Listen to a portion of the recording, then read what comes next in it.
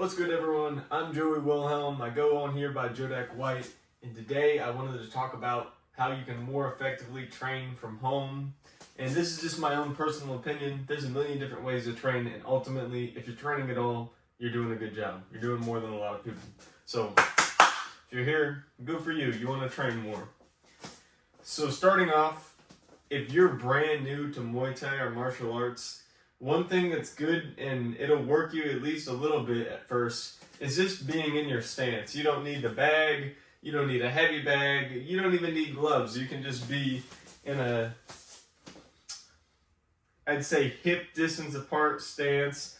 Put your rear leg at about 45 degrees is where I like it. It changes on what you're doing, but ultimately this is pretty standard Muay Thai. Some people go wider, some people are like here. Depends on what you want to do. You'll figure it out as you go. And just step whatever direction you're going.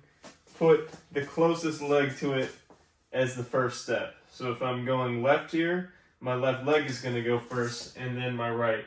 If I'm going right, the back right leg is going first, and then your lead one's coming.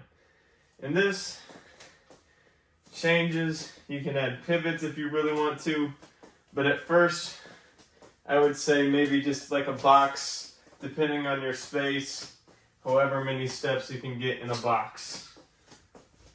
So right now I'm doing 2. And just practice your stance. Try your best to stay up on the balls of your feet and not on the heels like this, because this will make you slower. You don't have to be like this. You don't even have to be like this high. You can be very close to the ground and still be on the balls. But you just don't want to be here. You're not going to be able to react as fast, and that's a bad habit. Alright, another thing you can do, if that's too slow pace for you, you want something faster, you can get some sort of line. I mean, there's tape, you can tape on just about anything. Carpet obviously will make it harder. You could get like a jump rope, for example, and lay it down. And just do steps like this where you're switching stances, but staying on the balls of your feet as well, because you're not going to be able to do it as fast as you can like this. And, I mean, there's a million different variations that you can do these sort of jumps. And this is just, I'd say, very simple calisthenic works that just will help you in general. This is how you can be super effective. If you can't go to a gym right now, if you plan on going to the gym, then stuff like this can be super effective. And if you really want to, this cross one, you can throw punches out as you go. But if you're not as versed with punching or anything like that yet, very simply, this is for the very, very new people. You're going to take your fist and then put your thumb underneath it. Not like this, that will break your thumb. Like this. And then straighten it out. Both hands. You don't have to be like this the whole time. You can be loose, but at the very end of your punch, you want to be there tightened up. You don't have to be like this. It's actually a lot faster if you're like this. This. 2 different things in it. If I'm not mistaken, the second one's a lot more powerful because this is slower when I'm all tensed up, as when I'm loose, I can tense at the very end. And so how you can help improve just simple punching, and this doesn't take a whole lot of skill. Like, as long as you can get used to doing this, you can start off with this step, and this is very simple Muay Thai / boxing in general. And so you step, and as you step, you throw this jab. Your lead punch with your lead arm is your jab. And then, after you throw the jab, you step with your rear and throw your cross.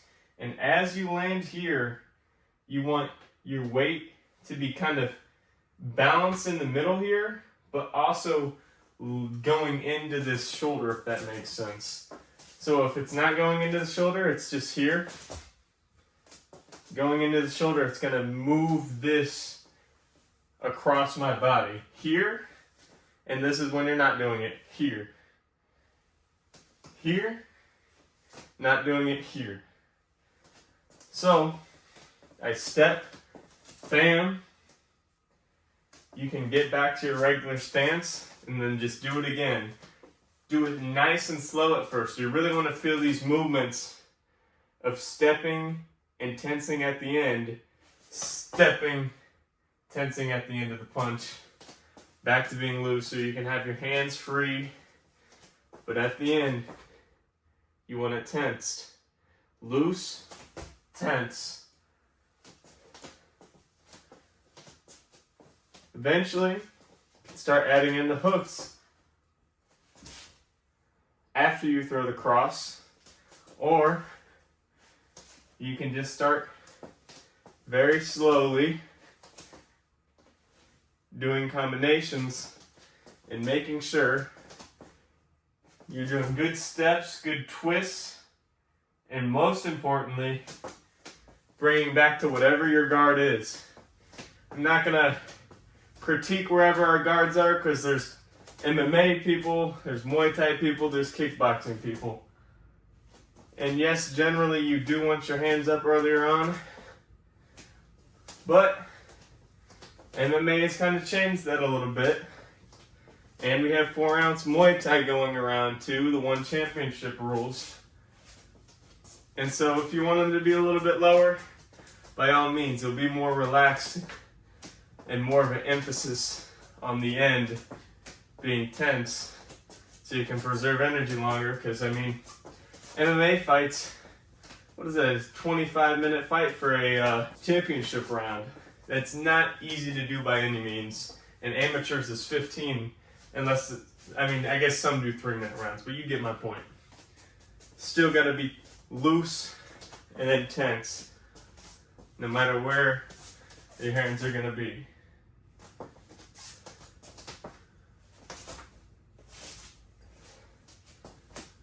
And it's not going to look pretty at first, but it gets the job done. Alright, as far as Muay Thai now, one easy thing to do with knees is just line drill knees. This insists of you stepping, throwing your knee, bringing it back. I recommend at first you work on bringing it back into your regular stance so that you don't make it a habit of every time you knee you do this.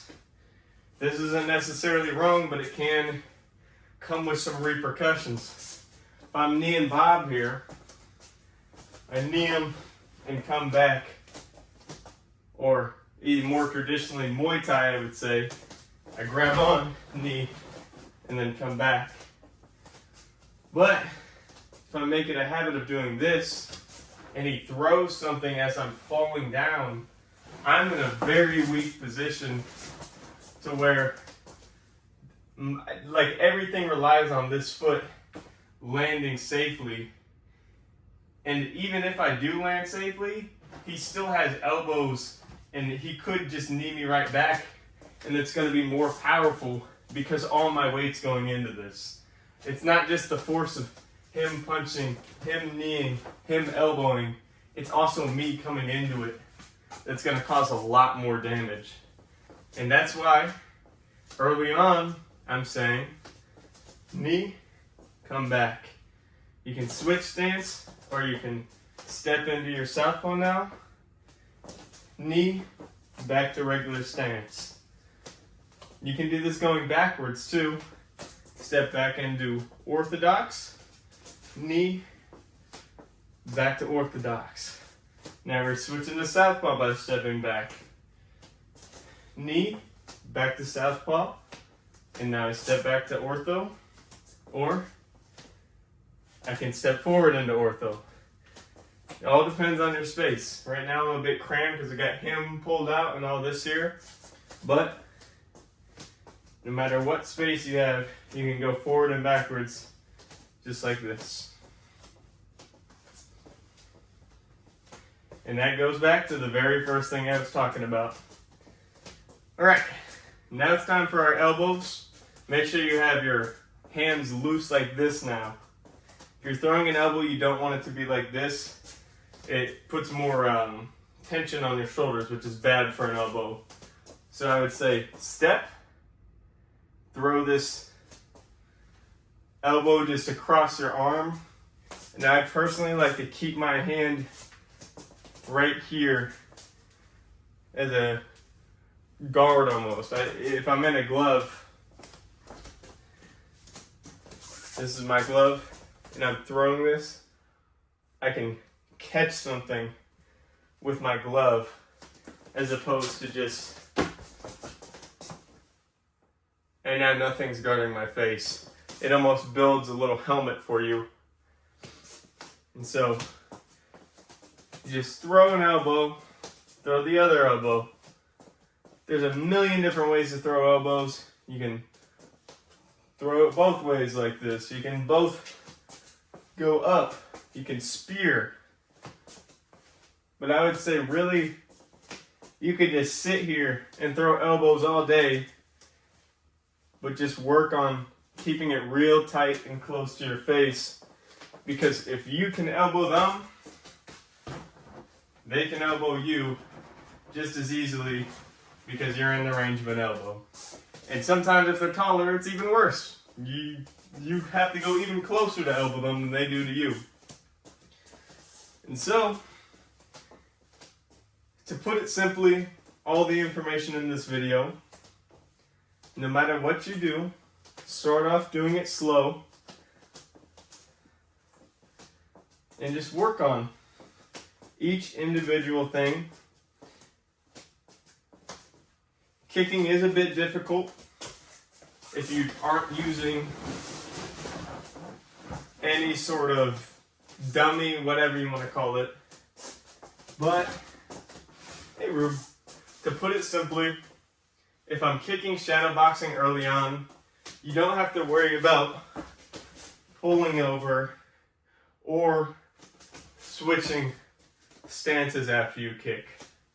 You'll see a lot of videos, and there's a million different ways to do that, to kick in shadow boxing. But to put it simply, early on, it's really good to just practice stepping at the 45 with the balls of your feet up, sort of how my feet is already arched like this.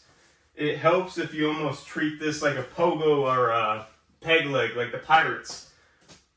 This is just a pivot foot here. And so, if I'm doing it shadow boxing, I'm thinking about drawing my leg up, turning over, and spinning all the way around.